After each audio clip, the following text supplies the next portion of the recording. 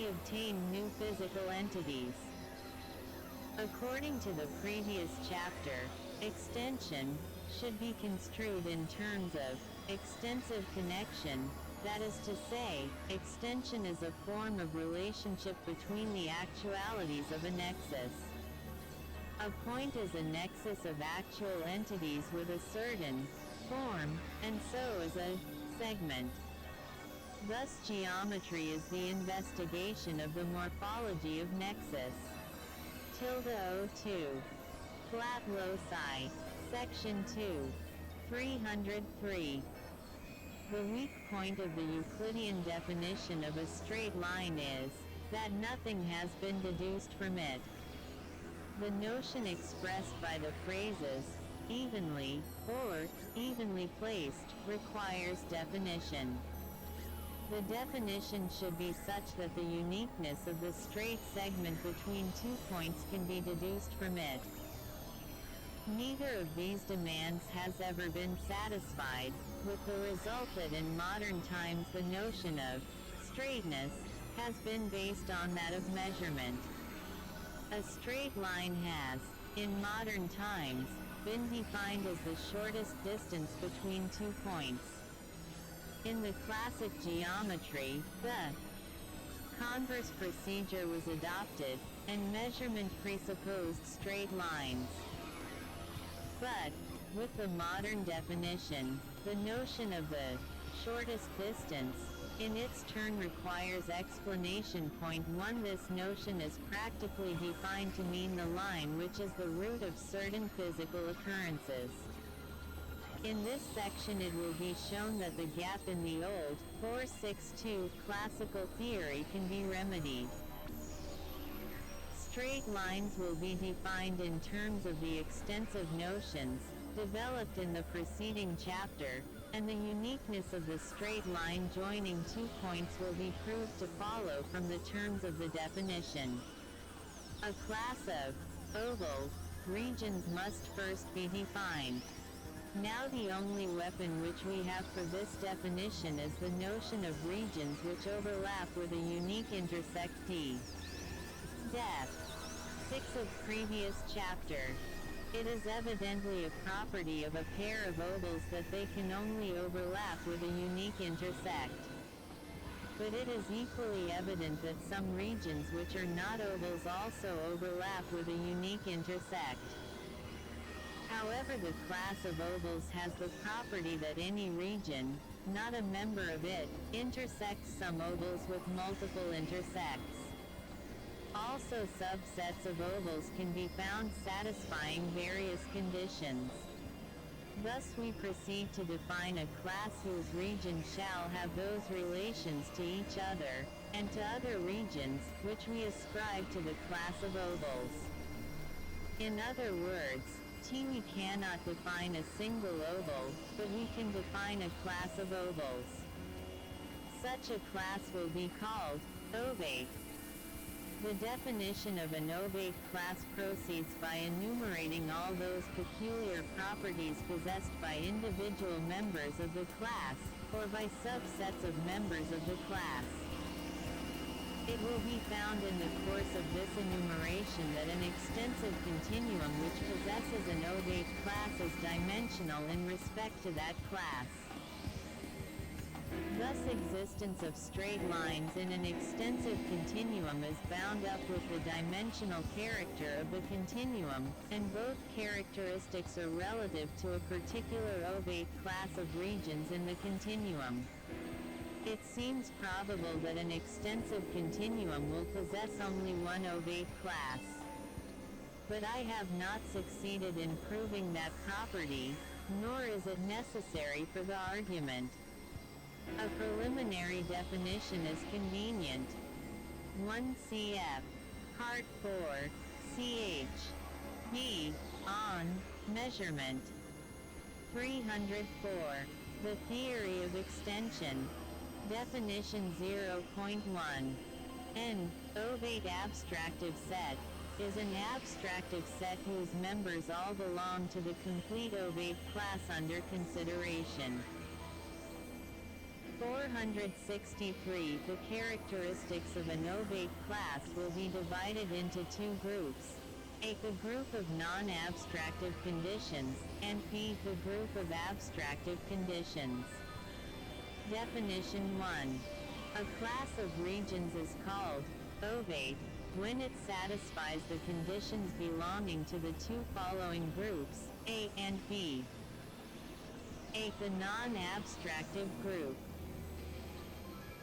I. Any two overlapping regions of the ovate class have a unique intersect which also belongs to that ovate class. E. Any region, not a member of the ovate class, overlaps some members of that class with multiple intersection, cf. Def. 6 of previous chapter. E. Any member of the ovate class overlaps some regions, not of that class, with multiple intersection. IV. Any pair of members of the ovate class, which are externally connected, have their surfaces touching either in a complete locus of points cf. ch. 2. Def. 23 and as. 27t or in a single point. B. Any region, not belonging to the ovate class, is externally connected with some member of that class so that their surfaces touch in a set of points which does not form a complete locus. B. Any member of the ovate class is externally connected with some region not of that class so that their surfaces touch in a set of points which does not form a complete locus. B. Any finite number of regions are jointly included in some member of the ovate class. Asterisk. B. If A and B be members of the ovate class, and A include B, then there are members of the class which include B and are included in A. X. There are dissections cf. Def. 4 of the previous chapter, of every member of the ovate class, which consist wholly of members of that class, and there are dissections consisting wholly or partly of members not belonging to that class. 464b. The abstractive group. I. Among the members of any point, there are ovate abstractive sets. E. If any set of 2, or of 3, or of 4, points be considered, there are abstractive sets, prime, in reference to the twofold condition, A. Of covering the points in question, and B. Of being equivalent to an ovate abstractive set. E. There are sets of 5 points such that no abstractive set exists prime in reference to the twofold condition, A. Of covering the points in question, and B. Of being equivalent to an ovate abstractive set. By reason of the definitions of this latter group, the extensive continuum in question is called four-dimensional. Analogously, an extensive flat loci 305 continuum of any number of dimensions can be defined. The physical extensive continuum with which we are concerned in this cosmic epoch is four-dimensional. Notice that the property of being dimensional is relative to a particular ovate class in the extensive continuum. There may be ovate classes satisfying all the conditions with the exception of the dimensional conditions. Also, a continuum may have one number of dimensions relating to one ovate class, and another number of dimensions relating to another ovate class. Possibly physical laws, of the type presupposing continuity, depend on the interwoven properties of two, or more, distinct ovate classes. Section 3. P. Assumption 1. In the extensive continuum of the present epoch there is at least one ovate class, with the characteristics of the two groups, A and B, of the previous section. Definition 2. One such ovate class will be denoted by IL. All definitions will be made relatively to this selected ovate class. 465. It is indifferent to the argument whether or no there be an alternative ovate class. If there be, the derivative entities defined in reference to this alternative class are entirely different to those defined in reference to IL. It is sufficient for us that one such class interests us by the importance of its physical relations. Assumption 2. If two abstractive sets are prime in reference to the same twofold condition, A of covering a given group of points, and B of being equivalent to some ovate abstractive set, then they are equivalent by reason of the importance of this proposition. A proof is given. Proof. The two abstractive sets are either equivalent to the same ovate abstractive set, or to different ovate abstractive sets. In the former alternative, the required conclusion is obvious. In the latter alternative, let and B be the two different ovate abstractive sets. Each of these sets, page and verses, satisfies the twofold condition. We have to prove that they are equivalent to each other. Let M and N be any regions belonging to P and B respectively. Then, since the convergent portions of the abstractive sets belonging to the various points of the given group must ultimately consist of regions all lying in M and all lying in N, it follows that M and N intersect. But, being oval, M and N have only one intersect, and all the points in question must be situated in it. Also, this intersect is oval. Hence, by selecting such intersects, a third abstractive set can be found which satisfies the twofold condition and is covered both by pages and by B. But since pages and B are prime in reference to this condition, they are both of them equivalent to this third abstractive class. Hence they are equivalent to each other. QED. Corollary. It follows that all abstractive sets, prime with respect to the same twofold condition of this type, belong to one geometrical element. 306. The theory of extension. Definition 3. The single geometrical element defined, as in the enunciation of assumption 2, by a set of 2 points is called a straight segment between those end 466 points. If the set comprise more than 2 points, the geometrical element is called flat. Straight segments are also included under the designation flat geometrical elements. If a set of points define a flat geometrical element, as in the enunciation of assumption 2, it may happen that the same geometrical element is defined by some subset of those points. Hence we have the following definition. Definition 4. A set of points, defining a flat geometrical element, is said to be in its lowest terms when it contains no subset defining the same flat geometrical element. Assumption 3. No two sets of a finite number of points, both in their lowest terms, define the same flat geometrical element. Definition 5.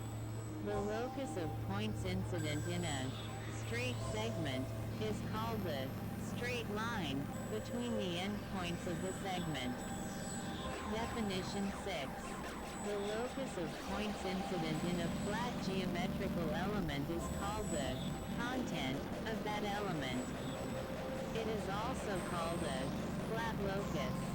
Assumption 4. If any subset of points lead in a flat locus, that subset also defines a flat locus contained within the given locus. Definition 6.1. A complete straight line is a locus of points such that I. The straight line joining any two members of the locus lies wholly within the locus.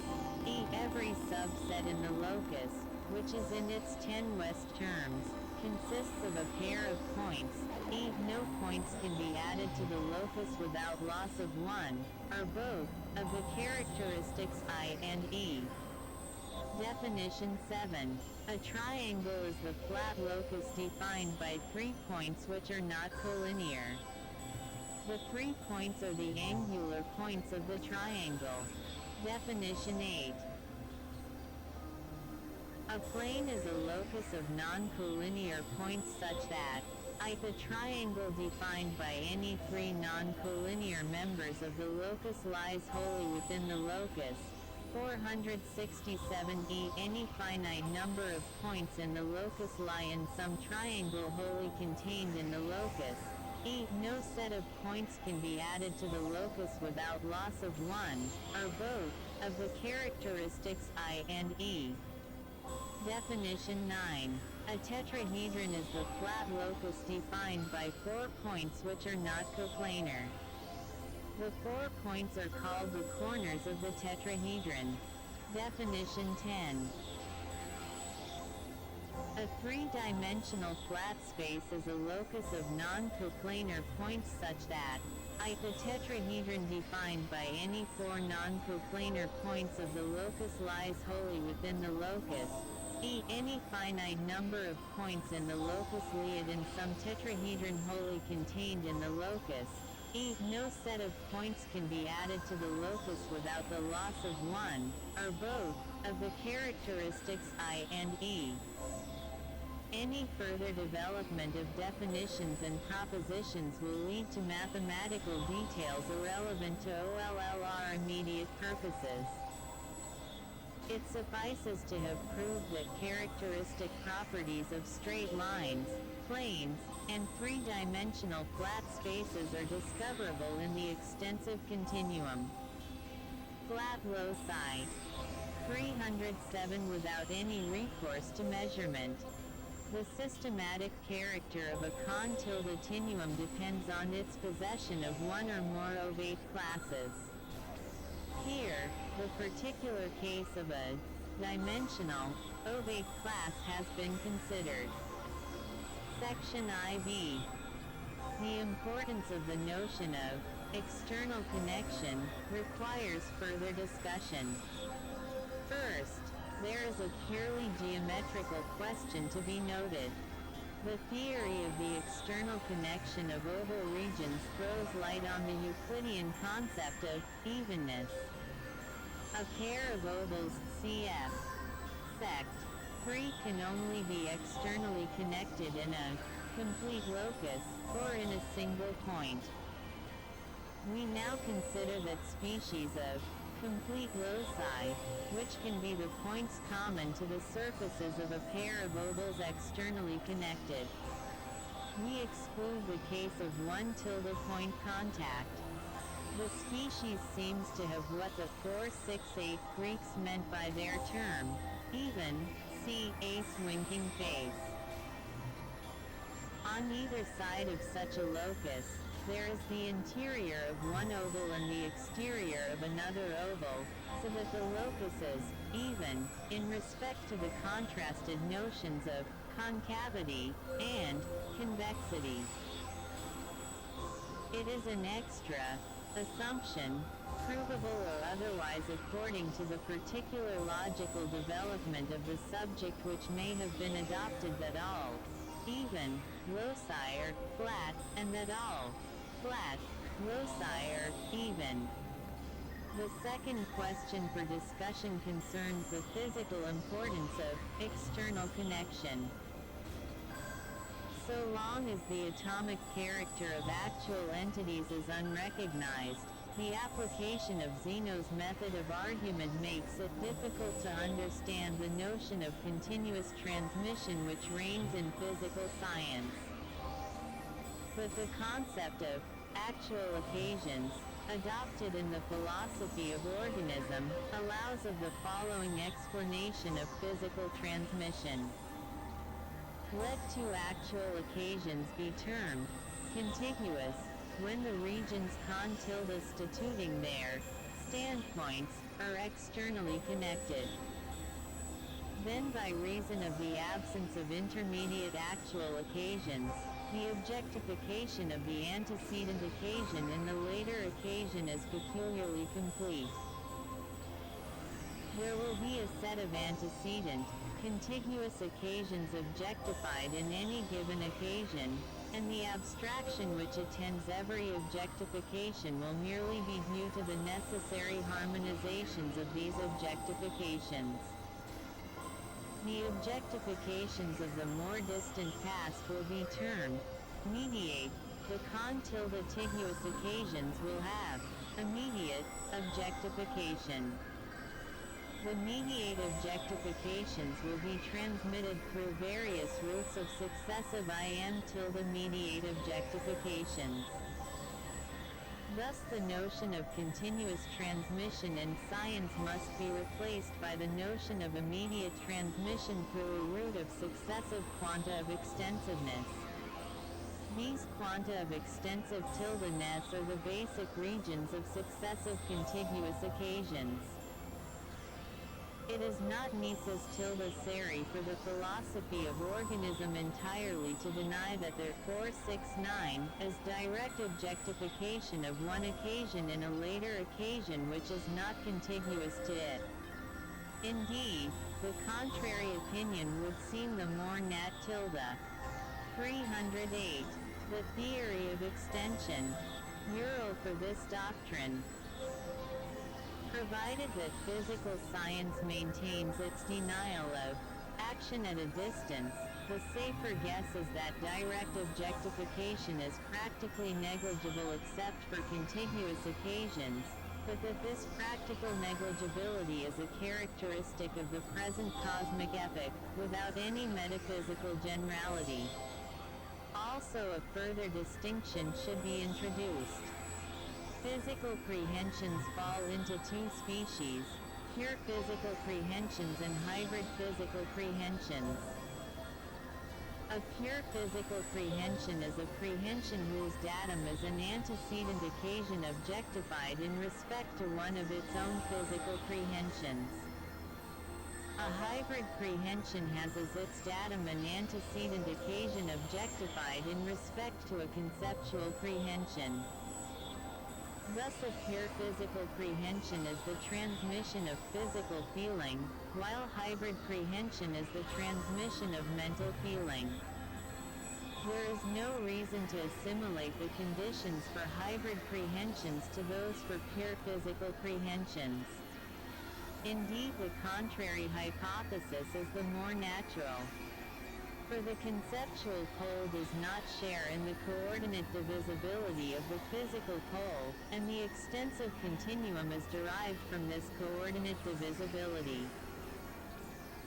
Thus the doctrine of immediate objectification for the mental poles and of mediate objectification for the physical poles seems most consonant to the philosophy of organism in its application to the present cosmic epoch. This conclusion has some empirical support, both from the evidence for peculiar instances of telepathy, and from the instinctive apprehension of a tone of feeling in ordinary social intercourse. But of course such immediate objectification is also reinforced, or weakened, by roots of mediate objectification. Also pure and hybrid prehensions are integrated and thus hopelessly intermixed.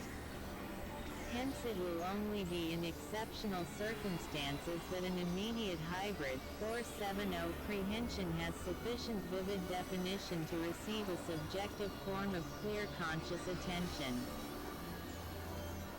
Section B. We have now traced the main characteristics of that real potentiality from which the first phase of a physical occasion takes its rise. These characteristics remain inwoven in the constitution of the subject throughout its adventure of self-formation. The actual entity is the product of the interplay of physical pole with mental pole. In this way, potentiality passes into actuality, and extensive relations mold qualitative content and objectifications of other particulars into a coherent finite experience. In general, consciousness is negligible, and even the approach to it in vivid propositional feelings has failed to attain importance. Blind physical purposes reign. It is now obvious that blind prehensions, physical and mental, are the ultimate bricks of the physical universe. They are bound together within each actuality by the subjective unity of aim which governs their allied genesis and their final concrescence.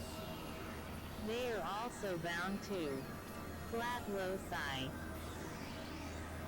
309 Together beyond the limits of their peculiar subjects by the way in which the prehension in one subject becomes the objective datum for the prehension in a later subject, thus objectifying the earlier subject for the later subject.